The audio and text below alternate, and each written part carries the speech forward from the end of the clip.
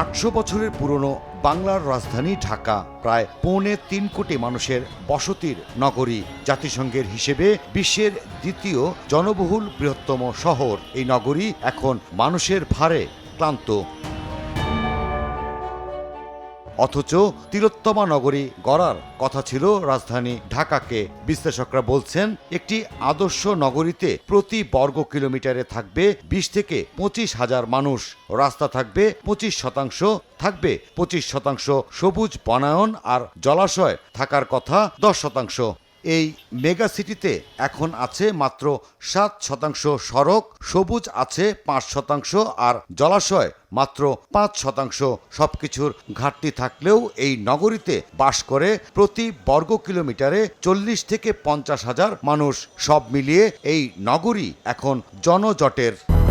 200-র বেশি সার্ভিস ও ফিচারে লেনদেনের সব বিকাশ অ্যাপে সম্ভব। লোকসংখ্যা বাড়তেছে, সেই হিসেবে মানুষের সুযোগ সুবিধা বাড়তেছে না। এত মানুষ, এত অপরিষ্কার পরিচ্ছন্ন, আসলে ঢাকা এখন বসবাসযোগ্য নয়। 10 গুণ লোক বেশি এখানে বসবাস করে শুধুমাত্র কর্মসংস্থানের জন্য। পরিসংখ্যান বলছে, প্রতিদিন কাজের সন্ধানে নগরীতে আসছেন 2000 থেকে 2500 মানুষ। বছরে প্রায় 5 লাখ। বাড়তি জনসংখ্যার চাহিদা মেটাতে নিত্যদিন গড়ে উঠছে নতুন নতুন ভবন। 2008-এ নতুন বিধিমালা হলো, তখন কিন্তু আর ঢাকার ভবনগুলো কেমন হবে, সেখানে কেমন আয়তনের মানুষ থাকবে, কী সংখ্যা মানুষ থাকবে, সেটা কিন্তু একেবারে ভেঙেচুরে একাকার হয়ে গেল। এবং দেখা গেলো যার ফলে আগে যে সরু 10-12 ফিট রাস্তার পাশে 3-4-5 তলা ভবন ছিল, সেখানে 10-12 তলা ভবন হওয়া শুরু হয়েছে। মানুষের অন্যান্য জায়গাতে যদি আপনার ইনকামের সুযোগ তৈরি হয়, তখন এই ঢাকামুখী হওয়ার প্রবণতাটা কমে আসবে। জব অপরচুনিটি থেকে শুরু করে শিক্ষা, স্বাস্থ্য, অন্যান্য যে সকল সুবিধাগুলো আছে সেগুলোকে ছড়িয়ে দেওয়া, তাহলে এই যে ঢাকামুখী মানুষের যে জনস্রোত, এই জনস্রোত কমে আসবে। জনজটের সাথে পাল্লা দিয়ে বেড়েছে যানজট।